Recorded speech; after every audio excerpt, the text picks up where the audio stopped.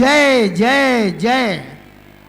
चन्ना प्रभु भगवान की, शांतिनाथ भगवान की, चिंतामणि पार्श्वनाथ भगवान की, विश्व प्रभु महावीर भगवान की, चलो शुरू करो। संत शिरोमणि आचार्य श्री विद्यासागर जी महाराज की, 108 परम पूज्य 108 मुनि श्री प्रमाण सागर जी महाराज की, मुनि श्री उत्तम सागर जी महाराज की, परम पूज्य विराट सागर जी महाराज की। यह शंका समाधान और प्रवचन प्रामाणिक ऐप और YouTube पर बराबर आ रहा है। सबसे पहले मैं आमंत्रित कर रहा हूं श्रीमती शशि अजमेरा, बोलो आगे बोलो जी। और श्रीमान अशोक कुमार जी वकील साहब, उसके बाद तैयार रहें श्री अविचल जमोरिया।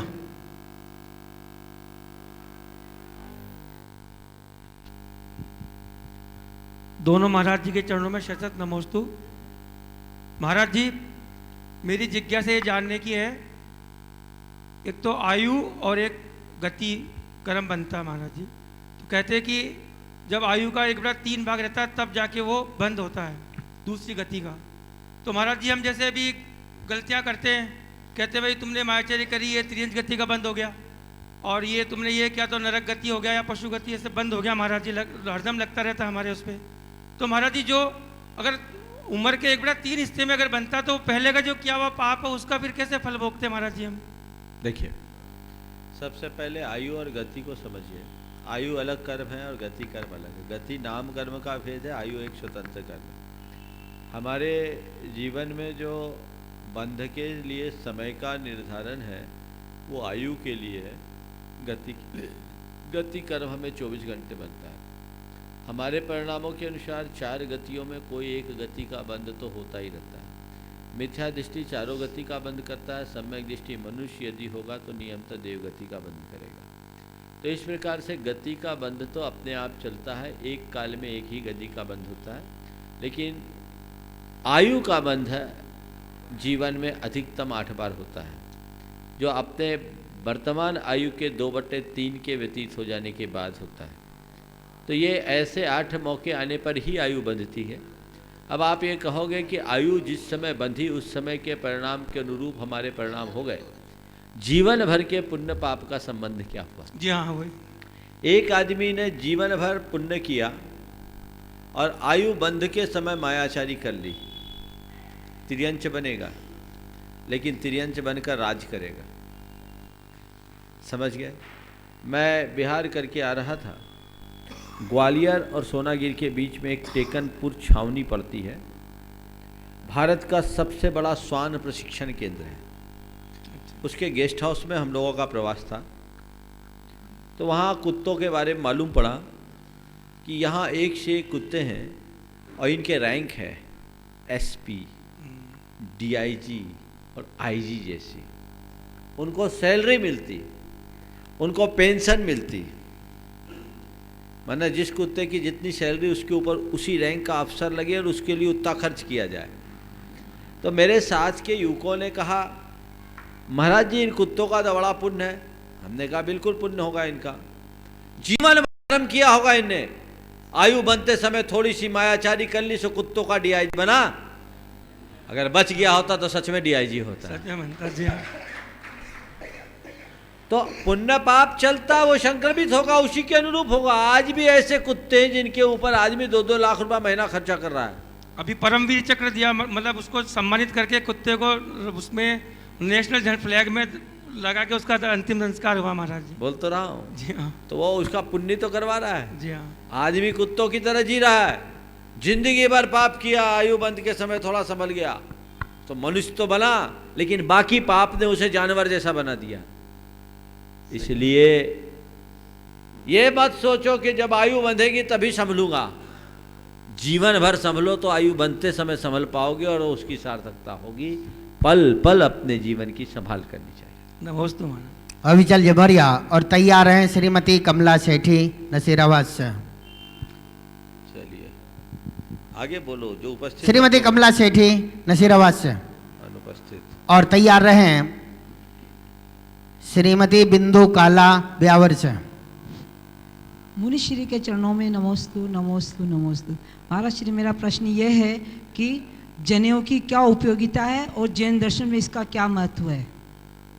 देखिए, जनेऊ का धार्मिक दृष्टि से कोई महत्व नहीं। हमारे यहाँ जनेऊ की जो बात आती है, इसकी शुरुआत भरत चक्रवर्ती के द्वारा की गई, ऐसा आदि पुराण में उल्लेख मिलता है। आदि पुराण के उल्लेखानुसार जब भरत चक्रवर्ती ने अपने यहाँ सभी को आमंत्रित किया और व्रतियों को छांटकर ब्राह्मण वर्ण की स्थापना की, तो उनकी पहचान के लिए काकनी यंत्र से उनके छाती पे 3-3 धारियां बना दी कि ये व्रती हैं, और ये एक प्रकार का बिल्ला था कि ये व्रती हैं। तो व्रती श्रावकों को जोड़ दिया गया और उन्हें व्रती बना दिया गया। भगवान आदिनाथ को भरत चक्रवर्ती ने जब ये समाचार दिया तो भगवान ने यही कहा कि यही जैन धर्म के विनाश का कारण बनेगा। तूने ब्राह्मण वर्ण की स्थापना की और यही सारे खटर कर्म किए हैं, ये आगे चलकर जैन धर्म के विनाश का कारण बनेगा। कालांतर में जनेऊ की एक परिपाटी हुई। आचार्य पूज्यपाद ने उपजाति संस्कार के रूप में, उपनय संस्कार के रूप में जनेऊ का उल्लेख किया। जनेऊ यदि कोई व्यक्ति पहनता है तो हमें उससे ऐतराज नहीं। हालांकि आचार्य वीरसेन महाराज ने जनेऊधारियों के लिए एक अलग शब्द का प्रयोग किया, कंठ सूत्रवादिन। जो कंठ में सूत लगा के रखते हैं उन्हें ब्राह्मणों का प्रतीक बताया, ब्राह्मणों के लिए एक टाइटल दिया, कंठ सूत्रवादिन। तो ये मूलतः जैन धर्म की पहचान का आधार नहीं था। दूसरी परंपराओं में भी जनेऊ का चलन था। आज आप पूछो हमसे तो हम आपको यही कहेंगे कि जनेऊ को पहन ले तो हमें ऐतराज नहीं, लेकिन जनेऊ पहनूंगा तभी मैं व्रती बनूंगा, इस बात पर हमें आपत्ति है। व्रत हमारे संकल्प से है, सूत से नहीं। इसलिए ना हम लोग किसी को जनेऊ पहनवाते हैं ना उतरवाते हैं। तुम पहनो, तुम जानो तुमको क्या पहनना है। लेकिन जनेऊ करने से धर्म होगा तो फिर बताओ, स्त्रियां तो जनेऊ नहीं पहनती, वो व्रती नहीं बनेगी कभी। और जो जनेऊ धारेगा वही आहार दान देने का पात्र है, ऐसा भी कहीं शास्त्र में नहीं लिखा। और आजकल तो ऐसा माहौल हो गया कि आहार देते समय कपड़ा बदलने की तरह जनेऊ डाल लो और बाहर निकलो तो टांग दो। मामला क्या है? या तो पहनो तो फिर कुछ संकल्प लो, अष्टमूल गुणों को उदाहरण करो, जीवन भर निभाओ। तो इस तरह से जनेऊ को लेकर बहुत ज्यादा उलझने की आवश्यकता नहीं। नमस्ते महाराज। श्रीमती बिंदु काला ब्यावर से, और तैयार रहें श्रीमती अंजना काला ब्यावर से। गुरुवर के चरणों में मेरा 3 बार नमोस्तु नमोस्तु नमोस्तु। गुरुवर, मेरी जिज्ञासा है कि सम्यक ज्ञान क्या है? जो लौकिक ज्ञान हम पढ़ाई करके आए हैं पूरी, तो क्या बिल्कुल भी सम्यक ज्ञान में नहीं आता? देखो, ज्ञान और सम्यक ज्ञान में अंतर है। ज्ञान ज्ञान है। ज्ञान अपने में न सही होता न गलत होता है। ज्ञाता सही होता है और गलत होता है। जैसे दूध है, दूध को साफ सुथरे बर्तन में रखोगे दूध सुरक्षित रहेगा, और गंदे बर्तन में रख दोगे तो क्या होगा? दूध फट जाएगा। ज्ञान जब तक सम्यक दर्शन के कटोरे में रहता है शुद्ध बना रहता है, और मिथ्यात्व के कटोरे में जाता है तो वही फट जाता है, तो मिथ्या ज्ञान बन जाता है। एक सम्यक ज्ञानी भी इस माइक को माइक कहेगा और एक मिथ्या ज्ञानी भी इस माइक को माइक कहेगा। हो सकता है मिथ्या ज्ञानी को इस माइक की पूरी प्रोसेस के बारे में पता है। अभी मुझसे पूछो कि माइक आप तक बात कैसे ट्रांसमिट करता है, मुझे इसकी पूरी जानकारी नहीं कि इसके अंदर सिस्टम क्या लगा है। लेकिन जिन्होंने इस माइक को बनाया है, जो इस माइक को ऑपरेट करते हैं, उसको पता है कि इसकी क्या स्थिति है, इसकी फ्रीक्वेंसी क्या है, इसमें कैसा मैग्नेट का है, और कैसे ये ध्वनि के तरंगों को पकड़ करके ट्रांसमिशन करता है, कैसे उसे आगे पहुंचाता है, उसको डिटेल मालूम है। फिर भी सम्यक ज्ञानी का ज्ञान सम्यक होगा और मिथ्या सम्यक दृष्टि का ज्ञान सम्यक होगा और मिथ्या दृष्टि का ज्ञान मिथ्या। क्यों? क्योंकि आत्मा के विषय में उसकी अवधारणा भिन्न है। समझ गए? जो आत्मा का श्रद्धानी है उसका ज्ञान सम्यक ज्ञान, और जो आत्मा का अश्रद्धानी है उसका ज्ञान मिथ्या ज्ञान। नहीं तो ये लौकिक ज्ञान क्या मिथ्या ज्ञान में ही आएगा? नहीं, मिथ्या ज्ञान में भी आ सम्यक सकता में है। आएगा। सम्यक ज्ञानी को है तो सम्यक है, और मिथ्या ज्ञानी को 11 अंग 9 पूर्व का भी ज्ञान है तो मिथ्या ज्ञान है। लौकिक ज्ञान की बात क्या कर रहे हो? मिथ्या दृष्टि का सब ज्ञान मिथ्या और सम्यक दृष्टि का सब ज्ञान सम्यक। हमने क्या पहला वाक्य कहा था? ज्ञान के समीचीनता और असमीचीनता का आधार ज्ञान न होकर ज्ञाता है। किसके पास ज्ञान है?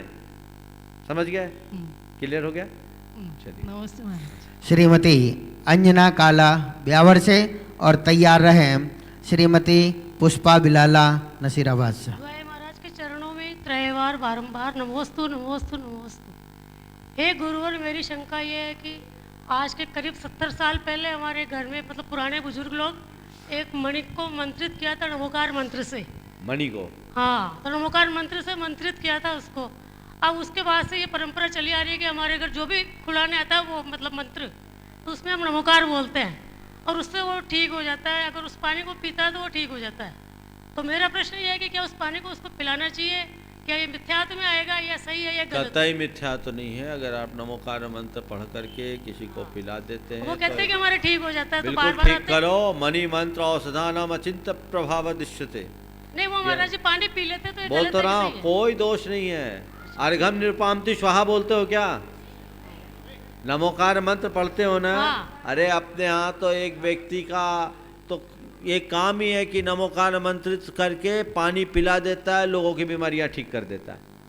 और कभी भी बीमार हो तो दवाई भी खाओ और दुआ भी करो, कोई दोष नहीं है। इसको नमस्ते मिथ्यात्व महाराज मत जी। मानना। नमस्ते महाराज। श्रीमती पुष्पा बिलाला और तैयार रहे नमोस्तु महाराज जी। नमोस्तु महाराज जिया जी। जैन दया नसीराबाद से।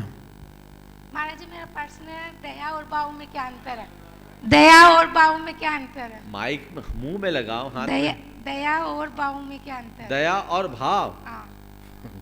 दया एक भाव है और भाव कई प्रकार के होते हैं। दया के भी भाव होते हैं, क्रूरता के भी भाव होते हैं। भाव यानी हमारे परिणाम। और जब हमारे अंदर दूसरों के प्रति कुछ संवेदना होती है, दूसरों की तकलीफ से हमारा चित्त द्रवीभूत होता है और उसके सहयोग के लिए हम आगे बढ़ते हैं, तो हम उस भाव को दया का भाव कहते हैं। श्री कुमारी जिया जैन और तैयार रहे श्रीमान सुशील कुमार जी गदिया नसीराबाद से। महाराज जी नमोस्तु। मेरा प्रश्न है कि जैसे हम आपको आहार देने जाते हैं तो क्या आप भी अपने बचपन में आहार देने जाते थे क्या? देखो, बचपन में हम आहार नहीं दिए क्योंकि मेरे अंदर ऐसी बुद्धि नहीं जगी। तुम लोग हमसे भाग्यशाली हो कि इस उम्र में तुमने गुरुओं का सानिध्य पा लिया। हमें सानिध्य मिला भी नहीं, और सानिध्य मिला भी तो मेरी रुचि नहीं थी, क्योंकि साधुओं के प्रति मेरी बड़ी उल्टी धारणा थी। मैं ये सोचता था जिनको कोई काम नहीं वो साधु बनते हैं, तो हम कभी किसी के पास ही नहीं फटके। हाँ, गुरुदेव का कुछ आकर्षण ऐसा रहा कि बस लगे सो लग गए, और हम उनके संपर्क में जनवरी में आए और मार्च में मार्च करके संघ में आ गए। बस 2 महीने ही जी भर के आहार दिए। श्रीमान सुशील कुमार जी गदिया और तैयार रहे श्रीमान भागचंद जी बिलाला नसीराबाद से। गुरुवर के चरणों में त्रयवार नमस्तु। आपने गुरुवर अभी जनेऊ के बारे में बताया, लेकिन जहाँ तक मुझे याद है, ध्यान है, आचार्य ज्ञान सागर जी महाराज आर के बाद में परिवार में एक कुर्सी में बैठते थे। आचार्य के बाद में और परिवार में जो भी पुरुष वर्ग होते थे उनको जनेऊ धारण कराते थे, तो क्या वो प्रॉपर्टी गलत थी? देखो, ज्ञान सागर जी महाराज क्या करते थे हमें नहीं मालूम। आचार्य विद्यासागर क्या करते ये हमको पता है। आपने जो बोला हमने देखा। हमने क्या बोला? ना हम पहनाते हैं ना उतरवाते हैं। ज्ञान सागर जी महाराज क्या करते थे हमको इसके बारे में स्पष्टतया नहीं मालूम। आपने देखा होगा, आप सही बोल रहे होंगे, लेकिन और भी लोग यहाँ बैठे हैं। क्या उन्होंने ज्ञान सागर जी महाराज अनिवार्यतः लोगों को जनेऊ पहनाते थे, उन्हीं से हार लेते थे क्या? खड़े होके बोलो थोड़ा। आर की बात नहीं कर रहा हूँ मैं सर। तो मतलब परिवार में आर लेने के बाद में कुर्सी पे बैठते थे, सबसे पूछते थे, उसके बाद में जनेऊ धारण करा रहे थे। एक मिनट बोलो, आप पास में आओ, माइक पे बोलो, माइक पे बोलो, रिकॉर्ड होगा। हाँ, हमारे घर पे भी कई बार आर हुआ है। हाँ। लेकिन आज तक उन्होंने जनेऊ के लिए नहीं बोला। नहीं बोला ना? नहीं बोला। तो कुछ कंफ्यूजन है, शायद स्मृति का भ्रम होगा। ठीक महाराज। ज्ञान सागर महाराज जो करते थे वो हमारे गुरु महाराज करते हैं, इसलिए कोई संशय रखने की जरूरत। नमस्ते गुरु। ठीक है, नमस्ते गुरु। महाराज जी मैंने तो उनके साथ 18 महीने साथ रहा था उनके। हाँ। और जब मैं जनेऊ वनेऊ थी भी नहीं, मेरे उस समय नवयुवक था मैं तो। अरे खुद मूलचंद जी लुहाड़िया उदाहरण है, उनके हाँ। साथ आज तक जनेऊ नहीं तो है, वो जो उनके पक्के शिष्य तो थे। मैंने उनको कई बार आहार भी दिया था मैंने उस समय। हाँ। तो इसलिए नहीं थी मैं। यह गलत बात है, यह कहीं से प्रचार नहीं होना चाहिए कि आचार्य ज्ञान सागर महाराज जनेऊ पहनाते थे, उनकी कोई अनिवार्यता नहीं थी। मुझे अभी याद आई बात, एक दिन गुरुदेव से मैंने पूछा कि गुरुदेव आपके ब्रह्मचारी अवस्था के तस्वीर में जनेऊ दिखती है, तो क्या ज्ञान सागर जी महाराज जनेऊ पहनाते थे? तो उन्होंने उत्तर दिया, न वो पहनाते थे न उतरवाते थे, मैं देशभूषण जी के संग से आया था, मेरे ऊपर जनेऊ थी सो पड़ी रही। समझ गए? तो जो जनेऊ का चित्र आचार्य महाराज के गले में दिख रहा है वो देशभूषण जी के संग से लेकर के आए थे, न पहनाया न उतरवाया, ये हमारे आचार्य महाराज कहते हैं। तो ज्ञान सागर जी महाराज गले में जनेऊ पहनाते थे, ऐसा कोई सिद्धांत यहाँ तो और लोग हैं, कितने लोग हैं जिन्होंने ज्ञान सागर जी महाराज को नजदीक, थोड़ा पास पास आ जाओ, ये प्रूफ होना चाहिए क्योंकि एक बात छिड़ गई, खड़े हो जाओ थोड़ा नजदीक में। जिन्होंने ज्ञान सागर महाराज को आहार दिया है या ज्ञान सागर जी महाराज को नजदीकी से देखा है, हाँ, ऐसे में कितने लोग हैं जो कहेंगे कि ज्ञान घर से तो सबने दिया, मम्मी और पापा ने तो बहुत दिया। हाँ, तो यह बताओ, एक मिनट, शोर नहीं, शोर नहीं, माइक दो थोड़ा सा, लगा रहा था। खड़े हो जाओ, बैठो नहीं, माइक दे के बोलो। वकील साहब आप बोलो, क्या ज्ञान सागर जी महाराज जनेऊ पहनवाते थे? नहीं महाराज, मैंने तो कभी देखा नहीं उनको बाध्य करते हो जनेऊ के लिए। आप बोलो। नहीं महाराज, कभी नहीं थे। हाँ। न पहनवाई ना महाराज जी कभी भी उन्होंने ये नहीं कहा कि आप जनेऊ पहनो। हाँ, मैंने भी कभी नहीं देखा महाराज साहब, नशिया में 22 महीने रहे, पर आज तक मैंने उनको नहीं देखा ना, इसलिए इस चैप्टर को यहीं क्लोज कीजिए। ज्ञान सागर जी महाराज की कोई अवधारणा नहीं, कोई मिसिंग होगी, चलिए सुधार लीजिए। और श्रीमान भागचंद जी बिलाला और तैयार रहें श्रीमती गुणमाला बाकलीवाल नसीराबाद से। नमोस्तु गुरु, नमोस्तु नमोस्तु गुरु। मेरा प्रश्न आज के प्रवचन से ही है कि महाराज आपने बताया कि जो है जीव को अरति भाव करके अपने जो है संयम आदि धारण करना चाहिए, और जो है जो वृत्ति आदि है उनकी प्रशंसा और उनकी जो है मन में अच्छे परिणाम रखना चाहिए कि मैं भी कब धारण करूं। ये सब होते हुए भी गुरुदेव, लेकिन फिर भी जो है मन जो है फिर भी डरता रहता है कि जो है कि किस तरह लेवें, क्योंकि आगे क्या होगा, ये क्या चारित्र्यमुनि का उदय? पहले तो अपने इस धारणा को सुधारिए। मैंने आज 4 शब्दों पर चर्चा की थी, वृत्ति, रति, वृत्ति, अरति और सम्मति। सम्मति, असम्मति में हो गई। अरति का मतलब ये नहीं कहा था कि व्रतों से अरति रखो, नहीं, मैंने ये कहा था अपने व्रतों से कभी अरति ना हो। हाँ। माने व्रतों के प्रति हमेशा उत्साह बना हाँ, उत्साह की बात। ये मन है, मन की दुर्बलता है। लंबी चौड़ी जिंदगी व्रतों का अनुपालन, तो उस व्रतों के पालन करने में भी कई बार लोगों के मन में उकताहट आ सकती है। तो अपने हृदय में वैराग्य का ऐसा रस भरो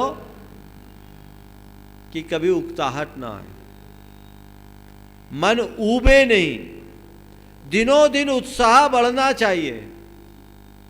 एक बार एक बहन ने मुझसे पूछा, बहुत पुरानी बात है, महाराज आप लोग ऊबते नहीं हैं? सीधे सीधे पूछ लिया। हाँ। आप ऊबते नहीं हैं? बोले क्या मतलब? बोले रोज वही प्रवचन करना, वही सामायिक करना, वही स्वाध्याय करना, हम लोग तो रोज खाना बनाते, वही खाते, घर गृहस्थी का काम करते, ऊब जाते हैं। मैंने उनको जवाब दिया, जो अपने में डूबे रहता है वो कभी ऊबता नहीं है। क्या? जो अपने में डूबे रहता है वो कभी ऊबता नहीं। तुम रोज वही खाना बनाते हो, वही स्वाद आता, हमें हर सामायिक में नया स्वाद आता, नया अनुभव होता है, तो ऊब कहाँ? अंदर का वैराग हमें उत्प्रेरित करता है, उत्साहित करता है, अरे आगे बढ़ना है। ये देखो पंचम काल है, कोई रिद्धि नहीं, कुछ भी उपलब्धियां नहीं, और पूरा जीवन चलाना है। केवल एक विश्वास के बल पर कि मोक्ष नहीं, मोक्ष मार्ग तो है, इस भाव में मोक्ष मार्ग पकड़ेंगे, अगले भाव में मोक्ष जरूर जाएंगे। ये अंदर का उत्साह और इस मोक्ष मार्ग से अनुकूल कोई दूसरा मार्ग नहीं है। ये हृदय का भाव हमें अपने व्रतों में स्थिर बनाए रखता है। तो ऐसा वैराग्य जगा के रखें। नमोस्तु नमोस्तु। और श्रीमती गुड़माला बाकलीवाल तैयार रहें श्री खुशी सेठी नसीराबाद से। नमोस्तु महाराज जी, नमोस्तु महाराज जी, नमोस्तु महाराज जी। महाराज जी मेरी जिज्ञासा ये है कि जैसे चाय में 1 कप चाय में अगर मक्खी गिर जाती है तो उसको अपन फेंक देते हैं, और जब 5 किलो घी या दूध होता है उसमें मक्खी गिर जाती है तो उसको अपन यूज में ले लेते हैं, तो उसमें भी तो पाप तो लगता ही है ना, और उसको फेंकते भी नहीं क्यों? देखो, ये कहीं किसी महाराज ने प्रवचन में कहा है क्या कि चाय फेंक देना, दही घी मत फेंकना? ये तो अपना विवेक है। दरअसल घी की कीमत दिखती है इसलिए संभाल लेते हो, चाय की कीमत नहीं दिखती। मैं इसमें क्या कहूँ, यहाँ अपने घर परिवार की जो व्यवस्था है उसके अनुरूप करो। धर्मशास्त्र में ऐसे घी का व्रतियों के लिए सेवन करने का निषेध किया है, नहीं करना जैसे दोस्त तो लगता ही है ना, जैसे उसमें व्रतियों के लिए असेव्य है। अब अव्रती जाने उनको तो अब क्या कहें, हम क्या बोले उसके लिए। अब 5 किलो घी का पीपा चलो, सब चीज में हमारी मुहर मत लगवा, अपने विवेक का प्रयोग करो। नमस्ते महाराज जी, नमस्ते महाराज, नमस्ते। कुमारी खुशी सेठी नसीराबाद से और तैयार रहें आशिका जमोरिया नसीराबाद से। नमोस्तु महाराज जी, मेरा प्रश्न यह है कि माँ बाप की सेवा करना ही तीर्थ है, तो फिर तीर्थ यात्रा जाने से क्या फायदा? बहुत सुंदर। माँ बाप की सेवा करना तीर्थ है, तीर्थ यात्रा जाने से कोई फायदा नहीं। माँ बाप को तीर्थ कराने चले जाओ, इसका नाम डबल तीर्थ यात्रा है। यही माँ बाप की सेवा है। देखो, श्रवण कुमार से अच्छा माँ बाप का सेवा कौन हुआ इस धरती में? बोलो। और उसने क्या किया? माँ बाप को घर में तीर्थ मान करके पूजा कि माँ बाप की तीर्थ यात्रा की? कराई कि नहीं कराई? समझ गए? तो जो माँ बाप को तीर्थ मानता है, सच्चे अर्थों में तीर्थ यात्रा करने के भी उसके भाव होते हैं। और समर्थ हो जाओ, बड़े हो जाओ तो माँ बाप को साथ लेकर जाओ। बचपन में अपने बच्चों को इतना तीर्थ कराओ कि बच्चों को यह लगे कि ये जैसे तीर्थ है ऐसे जीवित तीर्थ हमारे घर में मेरे माँ बाप हैं। और जब तुम बूढ़े हो जाओ, अशक्त हो जाओ, तो तुम्हारे बच्चे हाथ पकड़कर संवेद शिखर की वंदना करा दे और कहे ये तीर्थ की और तीर्थ यात्रा कराऊं। ये धन्य है। नमोस्तु महाराज जी। कुमारी आशिका जमोरिया और तैयार रहें श्री भाई सुजीत कुमार जी गदिया नसीराबाद से। दोनों महाराज जी के चरणों में बारंबार नमोस्तु। महाराज जी, मेरी जिज्ञासा ये है कि कल जब शंका समाधान के बाद मैं घर जा रही थी तो मैंने एक गाय को लरघराते हुए देखा, तो मेरे मन में आया कि हमको कुछ दर्द होता है तो हम तो अपनी मम्मी पापा को बता देते हैं, तो गाय किसको बताती होंगी? कृपया मेरी जिज्ञासा का समाधान कीजिए। बहुत अच्छा सवाल किया है। जो मनुष्य पशु पक्षियों की पीड़ा को अपनी पीड़ा के समकक्ष जोड़ता है, समझ लो उसकी संवेदना बहुत अच्छे से विकसित हो गई है और उसके हृदय में धर्म का अंकुरन होना शुरू हो गया। इसलिए ऐसी घड़ी में ये देख के सोचना चाहिए कि देखो मेरे माँ बाप है, मेरे माँ बाप तो मेरी सारी पीड़ा को हर लेते हैं। भगवान किसी प्राणी को पीड़ा ना हो और कोई इनकी पीड़ा ठीक कर सके। अपनी मम्मी पापा को बोलते कि हमारे मम्मी पापा हैं, इनकी कोई मम्मी पापा नहीं है, तो जिनके मम्मी पापा नहीं है उनके सहयोग के लिए हम जिनके मम्मी पापा है वो आकर के आगे बढ़ जाए, हमारा जीवन धन्य। नमस्ते महाराज जी। श्रीमान सुजीत कुमार जी गदिया और तैयार रहें श्री ताराचंद जी पाटनी नसीराबाद से। परम पूज्य मुनि प्रमाण सागर जी महाराज, श्री मुनि उत्तम सागर जी महाराज के चरणों में नमोस्तु नमोस्तु नमोस्तु। महाराज जी, पार्श्वनाथ स्तोत्र के अंदर अंतिम पंक्ति होती है, गणधर इंद्र ना कर सके तुम विनती भगवान, ध्यानत प्रीत निहार कर कीजिए आप समान। तो इसमें जो ध्यानत शब्द है तो वो पंडित जिन्होंने लिखा कविराज जी ध्यानत राय जी उनके लिए है या अपन और कुछ इसका मतलब समझा? देखो ये स्तोत्र किसने लिखा? ध्यानत राय जी ने। तो ध्यानत राय की बात है, तो अब आप होशियारी करो कि जो ध्यानत राय की पंक्ति है पूरी पंक्ति उसकी पढ़ दो, मुहर अपनी लगा दो। सुजीत क्या है? ध्यानत प्रीत निहार कर कीजिए आप तो समान। बोल दो सुजीत प्रीत निहार कर कीजिए आप समान। गलत। हमें किसी कवि की कृति के साथ छेड़छाड़ करने का कोई हक नहीं।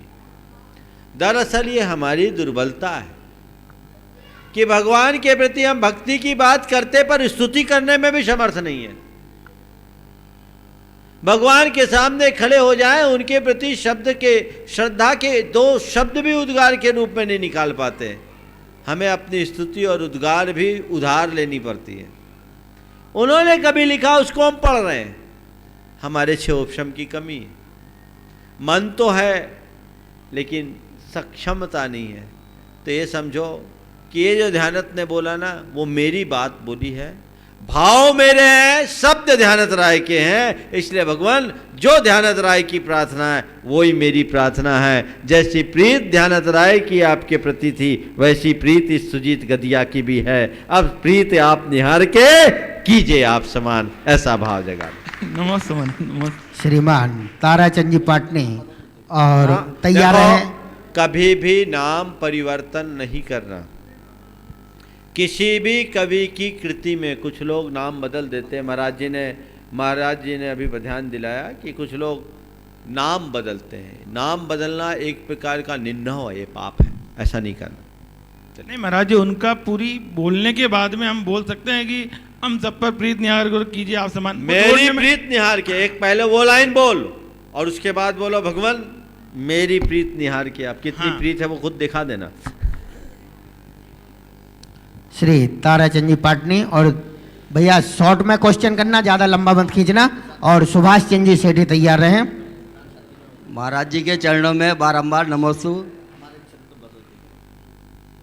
हाँ महाराज जी, मुनि श्री उत्तर पुराण जी में से है ये प्रश्न मेरा। दो जिज्ञासा है महाराज जी मेरी। पहली जिज्ञासा तो है, मुनि सूरजनाथ तीर्थंकर भगवान का जो पाठ चल रहा है उसमें है हरिशेन चक्रवर्ती महल की छत पर बैठा हुआ है सभासदों के बीच में। वहाँ बैठे बैठे उसने देखा कि चंद्रमा को राहु ने ग्रस लिया। वह देख विचार करने लगा कि संसार की इस अवस्था को धिक्कार है। तो इसमें बताया महाराज जी, ऐसी दशा जिसका कोई उल्लंघन नहीं कर सकता, तो ये कौन सी दशा है महाराज जी? ऐसा समय आने पर दूसरे की क्या दशा होती होगी? और दूसरा और पूछ लो पहले। दूसरा है महाराज जी, केवली भगवान जो है उनके निमित्त से किस तरह से कर्मों का बंद होता है, वह भी निधत्त निगाचित। केवली भगवान के निमित्त से निधत्त निगाचित कर्म। चलिए, पहला सवाल तो आपने पूछा, मुनि शिवव्रतनाथ भगवान के युग में हरिसेन चक्रवर्ती को राहु, चंद्रमा के राहु द्वारा ग्रसता हुआ देखकर वैराग हुआ। वस्तुतः राहु के द्वारा ग्रसने की बात है, लोक ख्याति है। जैन धर्म के अनुसार राहु का मुंह नहीं है जिसमें चंद्रमा घुसता है। वस्तुतः राहु की चंद्रमा पर छाया पड़ना ही राहु से ग्रसना माना जाता है, क्योंकि चंद्रमा ऊपर है, राहु नीचे है। और चंद्रमा और पृथ्वी के बीच में जब राहु आ जाता है तो अंधेरा पड़ता है, और अंधेरा से चंद्रमा का प्रकाश प्रतिहत होता है, जिसे विज्ञान मानता है। जैन धर्म भी उसे ही मानता है, इसलिए इसे राहु का ग्रसना मान लिया। तो ये एक दशा है जो ग्रहों की दशा अपने चार के साथ, उसे हम टाल नहीं सकते। जिस समय राहु की छाया चंद्रमा पर पड़नी होगी पड़ेगी, तो उन्होंने उस दशा का उल्लेख किया है जो अपरिहार्य है। तो उस दशा को देखा कि जिस तरह से चंद्रमा आज राहु से प्रभावित हो गया, मेरे जीवन का चांद भी काल रूपी राहु से कल प्रभावित हो जाए तो हमारा क्या होगा। उनके हृदय में वैराग हो गया। केवली भगवान के निमित्त से हमारे कभी निधत्त निकाजित कर्म बंधेंगे नहीं, झड़ेंगे। भगवान हमारे कर्म क्षय में निमित्त हैं, बंध में नहीं। पूज्यवर गुरु महाराज के प्रवचन से सुना महाराज जी मैंने। जब सुना है तो वहीं पूछो, मेरे से क्यों पूछ रहे? क्या सुना, महाराज जी? उन्होंने क्या सुनाया? तुम सवाल हमसे करो। देखिए, एक बात स्पष्ट कहता हूँ किसी अन्य के प्रवचनों से संबंधित कोई भी प्रश्न मेरे पास न लाए। मैं कोई बात बोल रहा हूँ, किस विवक्षा से बोल रहा हूँ, किस फ्लो में बोल रहा हूँ, वो तो आपने मुझे बताया नहीं। एक वाक्य पकड़ लिया, अब मेरे को ना आगे का पता ना पीछे का पता, मैं जवाब क्या दूं? महाराज जी, महाराज वहीं पूछो, चलो आगे बढ़ो। श्री सुभाष चंद्र जी सेठी आगे नसीराबाद से ध्यान रखिएगा, कोई भी इस तरह के सवाल आएंगे तो पेनल्टी लग जाएगी। आज तो माफ कर दिया, ध्यान रखना। हाँ, सुभाष चंद्र जी सेठी नसीराबाद से तैयार रहे हैं श्रीमती मैना देवी गंगवाल ब्यावर से। नमस्ते महाराज जी। महाराज जी, कल उत्तम सागर जी महाराज ने कहा कि संतान ही संपत्ति है। आज आपने कहा कि व्रत ही जीवन भी संपत्ति है, व्रत ही जीवन की संपत्ति है। और सुबह दिन को मैंने सुधा सागर जी महाराज से प्रवचन सुना कि चारित्र ही संपत्ति है। महाराज जी, फिर मैं तो कंफ्यूज हो गया, संपत्ति क्या है? मैं तो रुपये पैसों को ही संपत्ति मानता अब तक। देखो, जो महाराज ने कहा वो, जो हमने कहा वो, और आपने सुधा सागर जी महाराज के रेफरेंस से जो कहा वो, सब देखा जाए तो संपत्ति है। क्यों? जिसने अपनी निज संपत्ति को जाना उसको ही इन सब का महत्व पता लगेगा। संतान को संपत्ति मानने में कोई हानि नहीं है, पर कौन मानेगा? जो सुसंतान को जन्म देगा। सुसंतान को कौन जन्म देगा? जो सुचरित्रवान होगा। सुचरित्रवान कौन बनेगा? जो व्रती होगा। कोरिलेटेड है कि नहीं? इसलिए जो बोला गया उसमें कोई गलत नहीं। नमस्ते महाराज। श्रीमती मैना देवी गंगवाल ब्यावर से और तैयार रहें श्री अविचल जमोरिया नसीराबाद से। आगे बोलो। नहीं है, चलिए अंकिता सेठी नसीराबाद से। नमोस्तु महाराज जी। महाराज जी, हम आखिरी में 2 प्रश्न महाराज के। हाँ बोलो। हाँ, नमोस्तु महाराज जी। महाराज जी, कुछ भी अच्छा काम करते हैं तो माँ बाप को श्रेय मिले चाहे नहीं मिले, लेकिन अगर कुछ गलत किया है तो सबसे पहला डायलॉग यही सुनने को मिलता है, माँ बाप ने ऐसे संस्कार दिए तभी तो औलाद ऐसी है। तो ये कहाँ का न्याय है? गलती करे कोई भरे कोई, और माँ बाप के लिए तो अच्छा ही मिलना चाहिए, क्योंकि कोई भी माँ बाप ऐसा अपने बच्चे को हमेशा दी बेस्ट ही बनाना चाहते हैं, कोई भी गलत संस्कार नहीं देते हैं। तो चाहे खरबूजा चाकू पे गिरे, चाहे चाकू खरबूजे पे गिरे, कटना खरबूजे को ही है। तो ऐसा क्यों? उन्होंने कोई माँ बाप होकर गलती थोड़ी ना की है। देखो, माँ बाप बनना एक बहुत बड़ी जिम्मेदारी है। अगर माँ बाप बने हैं, संतान को जन्म दिए, तो ऐसा लिखा है कि संतान को जन्म देकर उसे अच्छे संस्कार देना और समाज में अग्रिम पंक्ति में बैठने लायक बनाने का उनका दायित्व है। जो लोग अपनी संतान को जन्म देकर उसे अच्छा संस्कार नहीं देते, वो एक बहुत बड़ा अपराध करते हैं। तो माँ बाप की ये जिम्मेदारी है, श्रेय मिले या ना मिले, अश्रेय नहीं मिले, इससे उन्हें ध्यान रखना है। श्रेय मिले, अच्छी बात है। संतान को श्रेय पाने के लिए संस्कारित मत करो, संतान के श्रेय जगाने के लिए संस्कार दो, उसका भाग्य ऊंचा हो, वो अपने जीवन में कुछ अच्छा घटित कर सके, ऐसा प्रयत्न यदि करके चलते हैं तो वो जीवन को धन्य कर सकता है। इसलिए माँ बाप को हमेशा चाहिए, ऐसा लिखा है कुरल काव्य में, कि अपनी संतान को इस योग्य बनाओ कि उसे देखकर लोग माँ बाप से ये पूछ बैठे, किस पुण्य के फलस्वरूप, किस तपस्या के फलस्वरूप ऐसे संतान को तुमने जन्म दिया, ऐसे संतान को जन्म देने का सौभाग्य पाया। तो हमें चाहिए, इसलिए संतान को भी ये चाहिए कि अगर मैं कुछ अकृत करूँगा तो मेरा तो जो होगा सो होगा, मेरे माँ बाप का भी नाम खराब होगा। अगर संतान अपने माँ बाप के गौरव को ध्यान में रखे और उनके उपकारों को ध्यान में रखे, कभी कोई गलत काम नहीं कर सकता। हमारे यहाँ एक शब्द आता है कुलीनता। कुलीनता, कुल गौरव का भाव हर व्यक्ति के हृदय में होना चाहिए। जिस मनुष्य के हृदय में अपने कुल गौरव का भाव होता है वो कभी कोई अकृत्य नहीं करता, क्योंकि उसको मालूम है कि यहाँ अगर मैं कुछ करूँगा तो मैं नहीं, मेरा पूरा खानदान फंस जाएगा, पूरा खानदान बदनाम होगा। तो कुल गौरव करो। एक आदमी गलती करता है, बदनाम पूरा खानदान होता है। इसलिए कहते हैं ऐसी कोई गलती मत करो कि तुम्हारी गलती से सब बदनाम हो। और मैं कहता हूँ ऐसा अच्छा है। क्यों अच्छा है? क्योंकि इस डर से ही तो लोग सुधर जाए। लेकिन आजकल के लोग इतने निडर हो गए हैं कि उनको इन सब चीज़ों से कोई परवाह ही नहीं, इसलिए ऐसी स्थितियाँ बनती। नमोस्तु महाराज जी।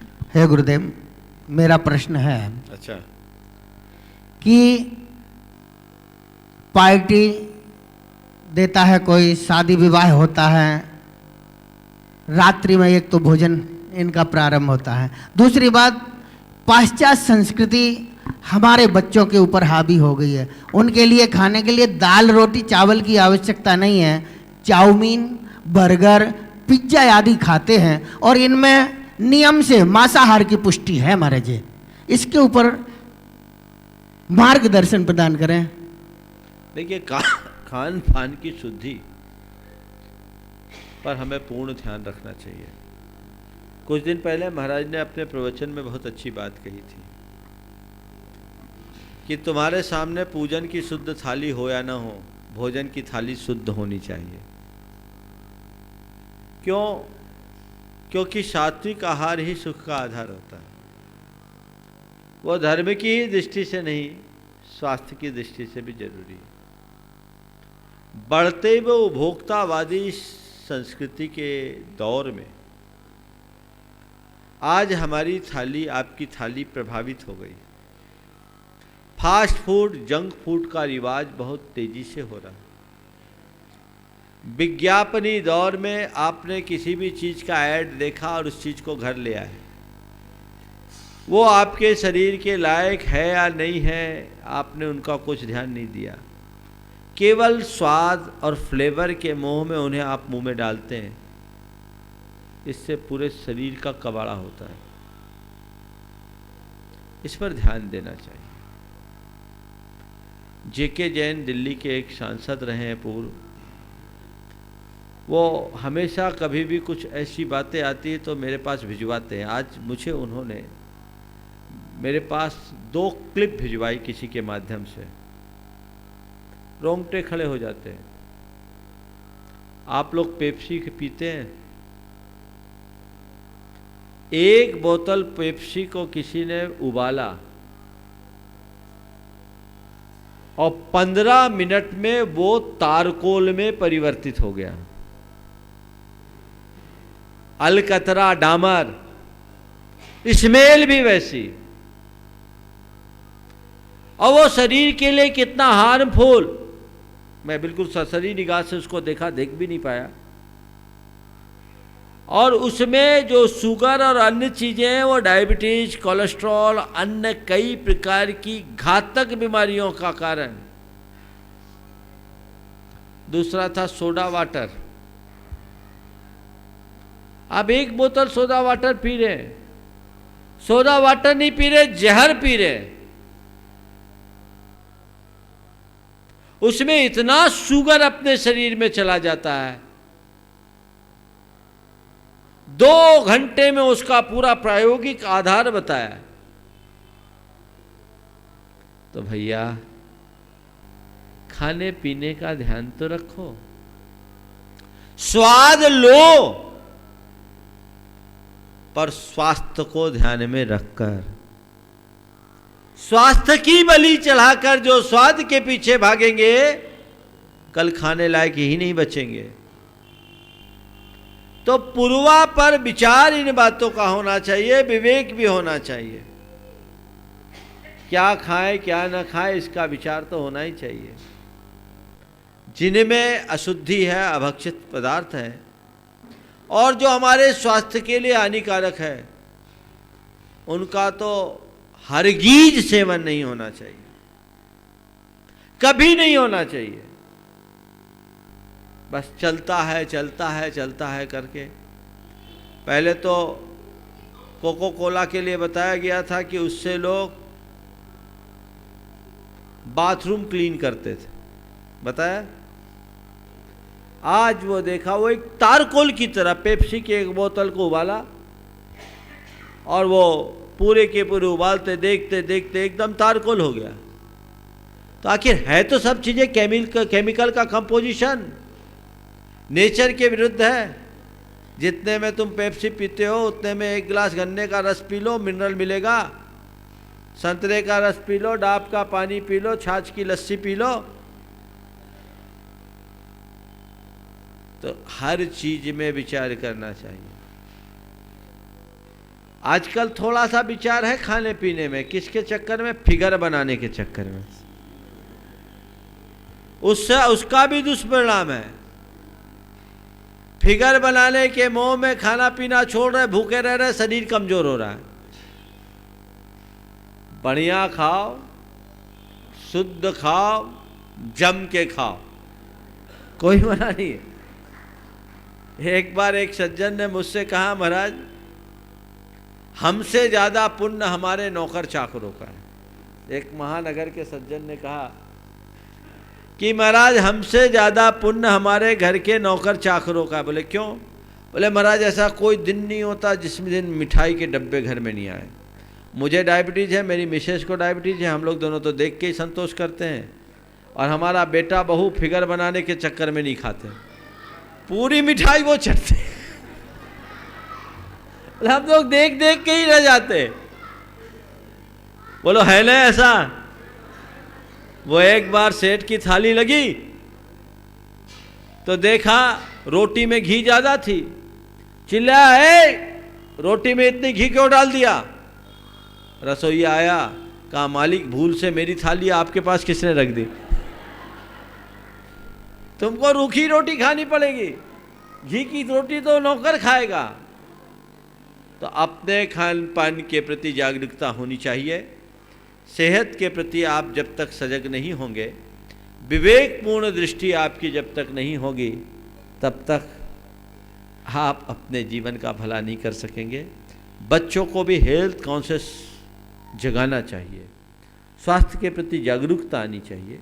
और जो भी हमारे परंपरागत चीज़ें हैं उनमें से कोई भी नुकसान करने वाली चीज़ें नहीं थी। वो शरीर को पौष्टिकता देती थी। आज जितनी भी चीज़ें हैं जो आयातित है सब नुकसानदेह चीज़ें हैं, इसलिए उन सबसे बचना चाहिए। परम पूज्य है उत्तम सागर जी महाराज के चरणों में नमस्तु करता हुआ निवेदन करता हूँ, हे गुरुदेव आप भी अपना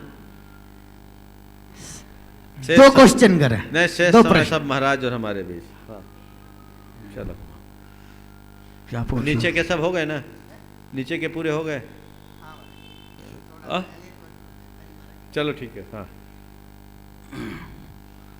और हम क्या पूछे? अरे हमें कोई प्रश्न नहीं, शंका ही नहीं होती। ने प्रवचन दे दो। अरे प्रवचन हम नहीं देंगे।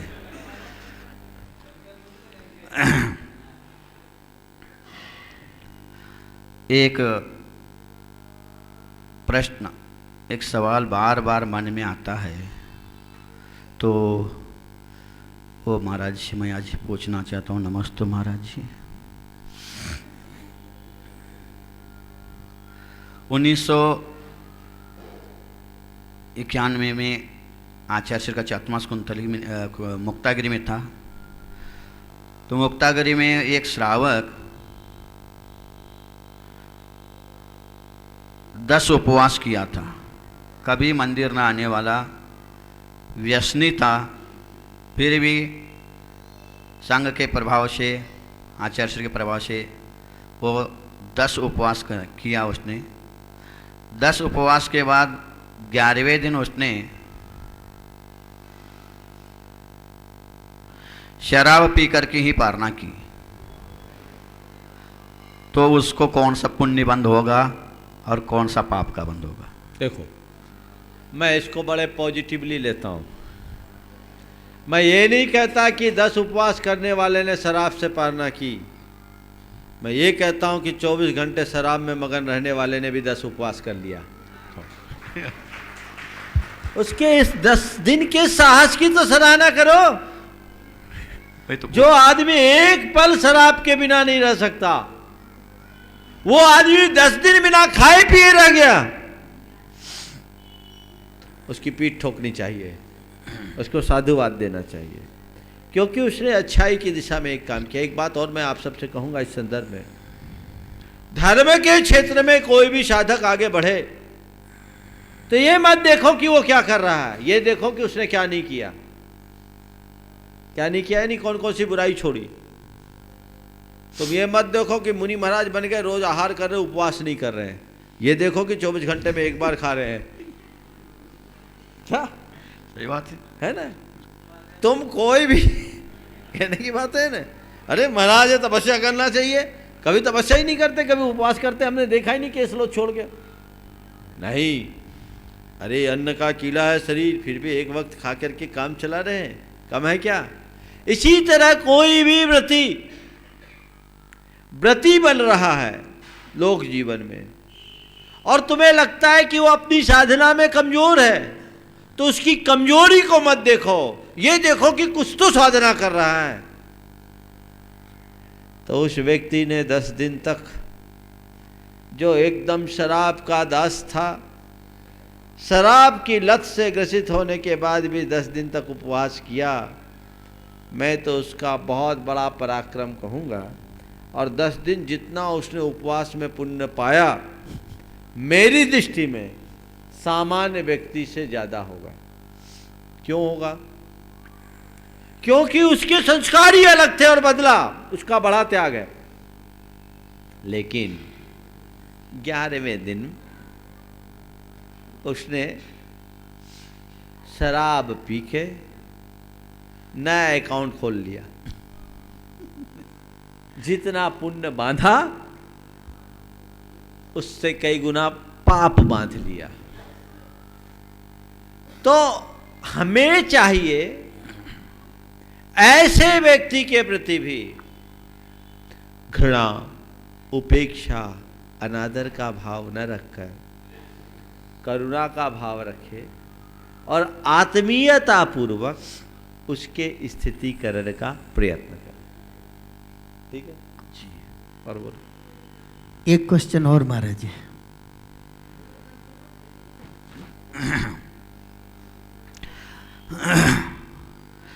एक व्यक्ति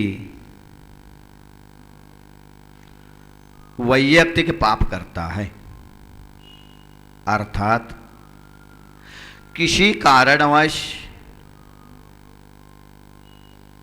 उसको रात में भोजन करना पड़ता है, होटल में खाना पड़ता है,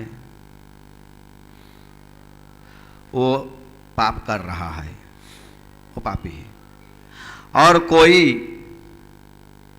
सामूहिक पाप कराता है, खुद तो खाता ही है और शादी में समाज को रात में खिलाता है, अभक्ष्य वस्तु खिलाता है, मना करने के बाद भी वो खाता तो है ही, सबको खिलाता भी है। अब वैयक्तिक पाप करने वाले से ज़्यादा पाप इसको लगता है कि वैयक्तिक पाप करने वाले को ज़्यादा पाप लगता है? बहुत अच्छा सवाल उठाया है। ये मत समझना महाराज को इसका उत्तर पता नहीं। हाँ, नहीं तो कहोगे महाराज को तो क्या बात है, महाराज इतनी सरल सी बात महाराज से पूछ रहे हैं। ये सवाल के निमित्त से आप सबके बीच संदेश दिलवाने का प्रयत्न है। व्यक्तिगत जो भी पाप होते हैं वो व्यक्ति की मजबूरी और व्यवस्था है। एक आदमी मजबूरी में कोई पाप करता है तो वो उतना बड़ा पापी नहीं है,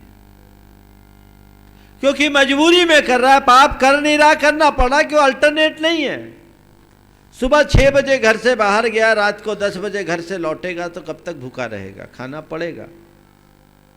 उसकी अपनी कुछ शारीरिक परेशानी है, उसको खाना पड़ रहा है। तो व्यक्तिगत रूप से कोई पाप हो तो मैं कहूँगा कि व्यक्तिगत रूप से किया गया पाप मजबूरी है और केवल पाप है। लेकिन वही पाप जब सामूहिक रूप से किया जाता है तो मजबूरी नहीं, पाप ही नहीं, एक अपराध भी है। पाप से बड़ा अपराध होता है। क्यों? स्वयं के लिए पाप करना केवल स्वयं तक सीमित है, हजारों को पाप में प्रोत्साहित करना कितना बड़ा अपराध है। और ऐसा करके आप अपनी धार्मिक और सामाजिक परंपरा को भी छिन्न भिन्न कर रहे हो। है कि नहीं अपराध? बोलो। उन सब के मन वचन काय कृत कारित अनुमोदन के भागी कौन है? एक आदमी अकेले रात में खाते हुए भी मन को कोसे कि अरे मैं कैसा भागा हूं, कैसे जंजाल में फंसा हूं, कहाँ मेरी पोस्टिंग है, कैसा मेरा व्यापार है, कैसा मेरा शरीर है, कैसी मेरी परिवार की स्थिति है, मुझे रात में खाना पड़ रहा है। तो कोसते हुए अगर खा रहा है तो रात में खा करके भी पाप से बच सकता है।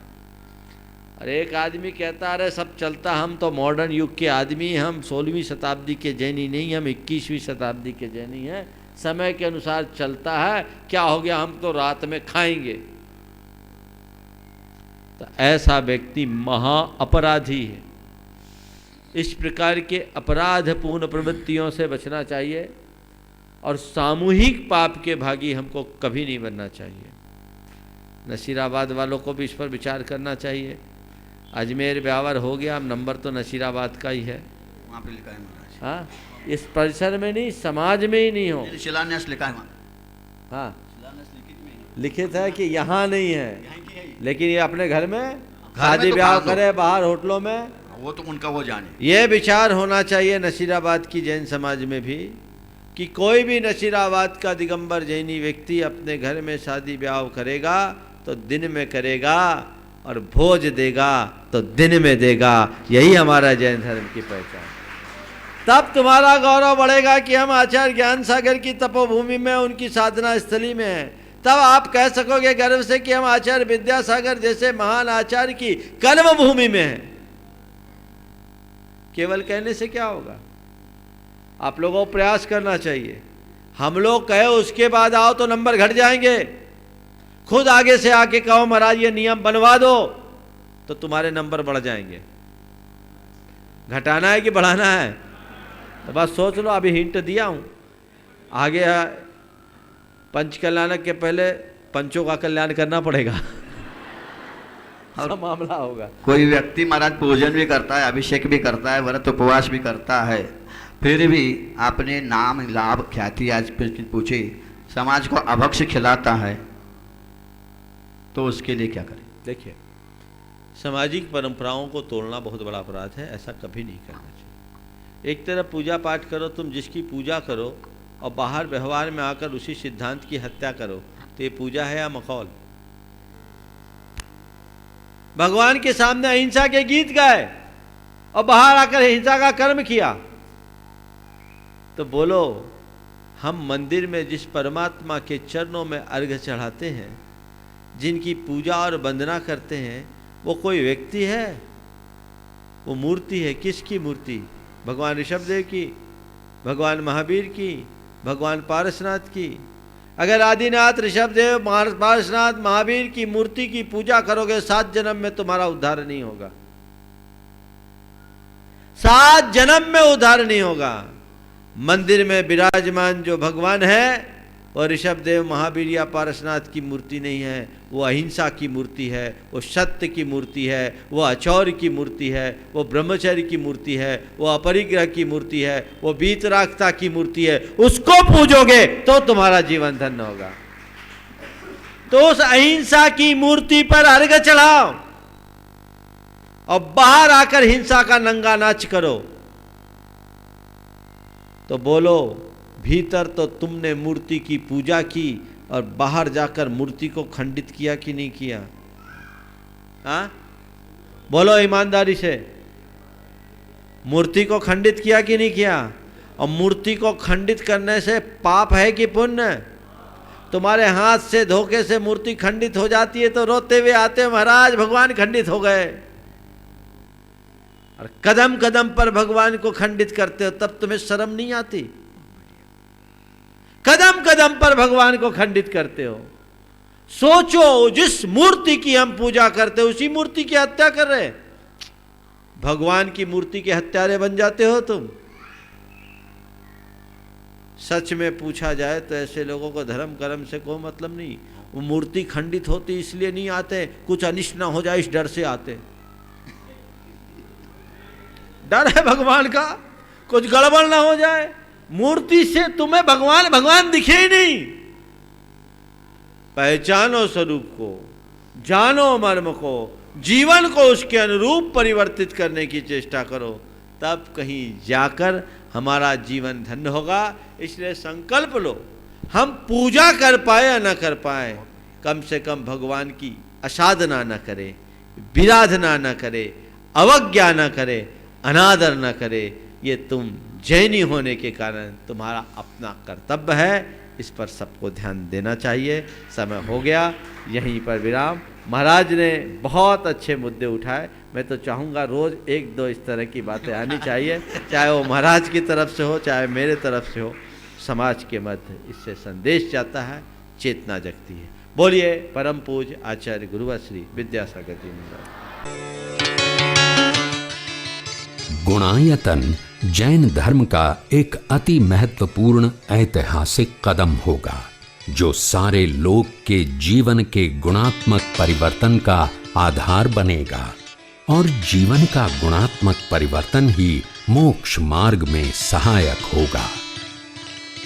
इतिहास का हिस्सा बनने का अवसर कुछ ही जीवों को प्राप्त होता है, या यूं कहिए कि कुछ भाग्यशाली जीव ही ऐसे कल्याणकारी अवसर का लाभ उठा सकते हैं।